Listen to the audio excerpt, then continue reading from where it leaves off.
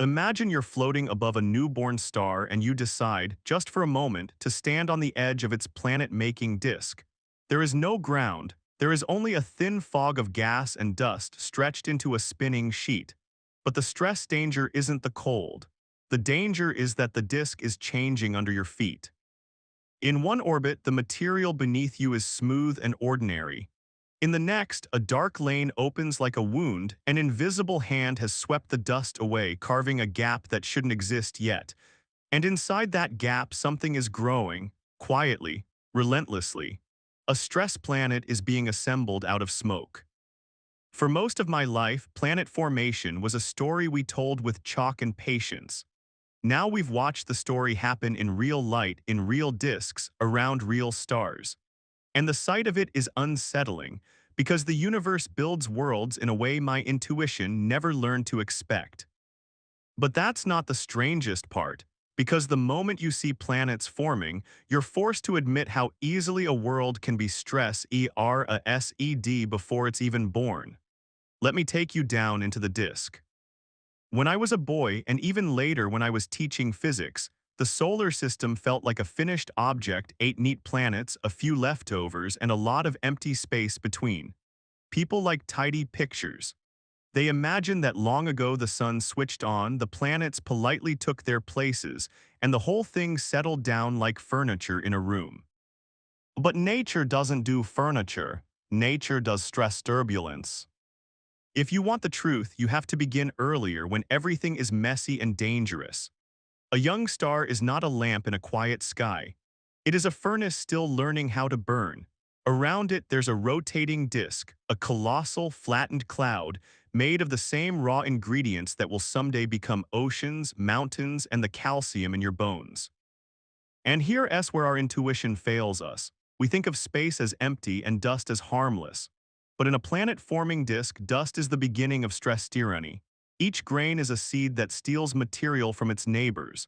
They collide, stick, shatter, stick again, and the disk becomes a battlefield of constant impacts. If you tried to fly through it, you wouldn't feel rocks pelting you like bullets, not at first. You'd feel something worse, drag. A gentle resistance, like moving your hand through water you can't see. So for years, what bothered me was simple. If everything is drifting inward, why doesn't the star eat the whole disk before any planet has time to form? That question haunted the early theories.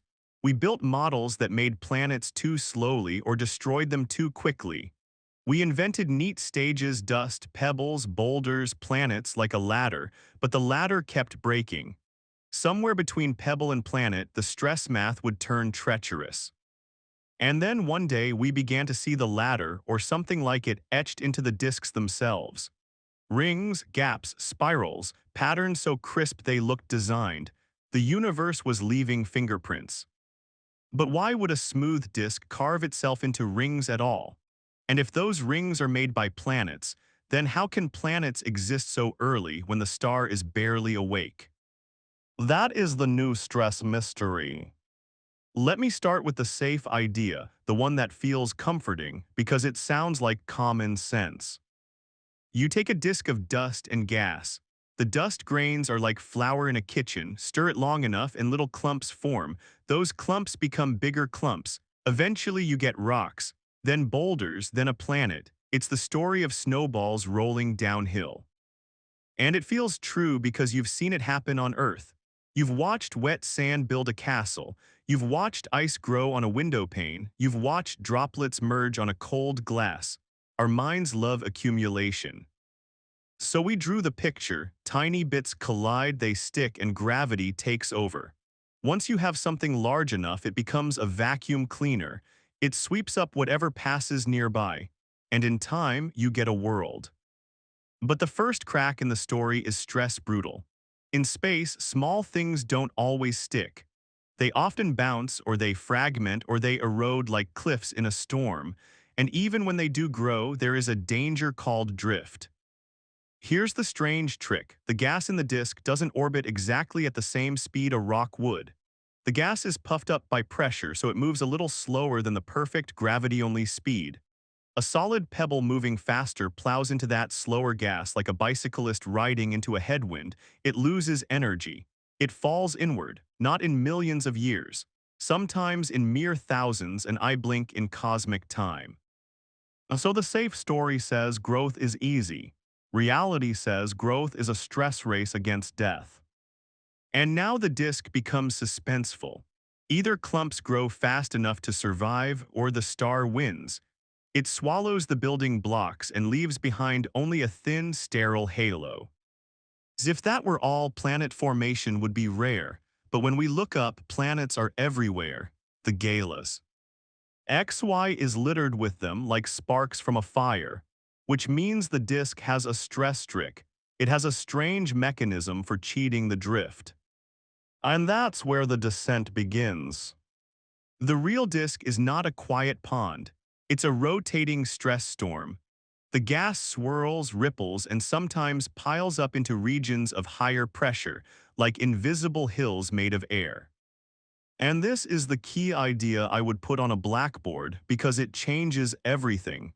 In a disk, a pressure bump can act like a stress strap. A pebble drifting inward feels that headwind until it reaches a place where the gas pressure rises. At that point, the headwind weakens. The pebble slows its inward fall. It can stall. And when many pebbles stall in the same region, the density climbs, collisions become frequent, and gravity gets its chance. Now, what can make a pressure bump? Many things: magnetic effects, heating and cooling, chemistry changing the way dust sticks. But the most dramatic sculptor is a stress newborn planet itself. A forming planet is like a dancer spinning in a crowded room. It doesn't just move through the disk, it pushes on it. It launches waves like ripples on a pond, except these ripples are spiral density waves traveling through gas. The waves pile up material in some places and clear it out in others. Over time, they carve rings and gaps. And we have seen those rings with instruments that can taste cold dust from mountains on Earth. We pointed radio eyes into the darkness, arrays of antennas listening to wavelengths longer than your skin can feel, and the disks appeared not as smudges but as architecture. I remember seeing images where the disk around a very young star looked like Saturn's rings on a grand scale, dozens of bright bands and dark lanes. It was the first time planet formation stopped being an equation and became a stress landscape. Here's what bothered me for years, though. Rings can be made by many processes. A gap is not a confession. It might be a planet, or it might be dust clumping in clever ways, or ice lines where materials change phase, or turbulence sorting grains by size. So we needed something that would break the ambiguity and show a planet in the act, caught red-handed, stealing from the disk. And then we found systems where the disk isn't just sculpted. It's stress. Imagine a star still wrapped in its birth material, with a wide cavity in its disk like a missing bite from a cookie. Inside that cavity, a young giant planet is orbiting, still glowing from the heat of formation, still feeding.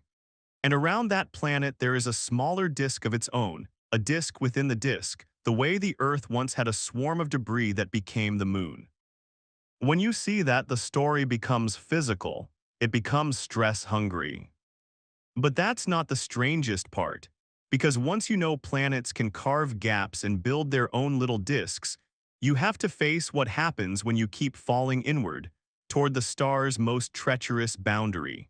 Near the star, the disk is hotter, the gas is faster, denser, more violent. The dust grains are not gentle anymore. They are scorched, charged, and hammered by radiation. If you tried to hover there, you wouldn't feel heat the way you feel it on your skin. There's no air to carry warmth. But you'd feel the consequences: molecules breaking apart, atoms stripped of electrons, light punching holes in matter. This is where rocky planets must be born. Not in the cold outskirts where ices drift like ghosts, but in the inner regions where metals and silicates can survive. And here the stakes become stress visceral. A rocky world begins as a swarm, countless bodies colliding, merging, shattering. It's not one clean assembly. It's a series of catastrophes.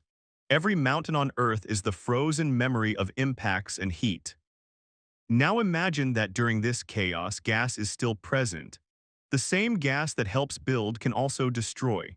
It can pull on orbits and cause migration, the slow, relentless sliding of a planet from one path to another.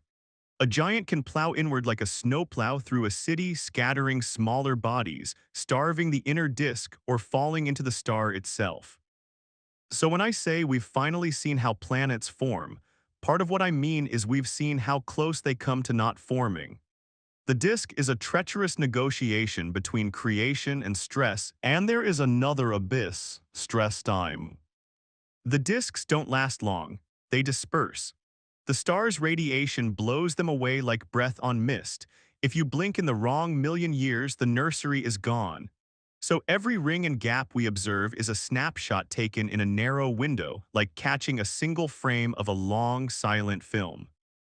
And even now, with all these gorgeous images, there is a boundary where we must be honest.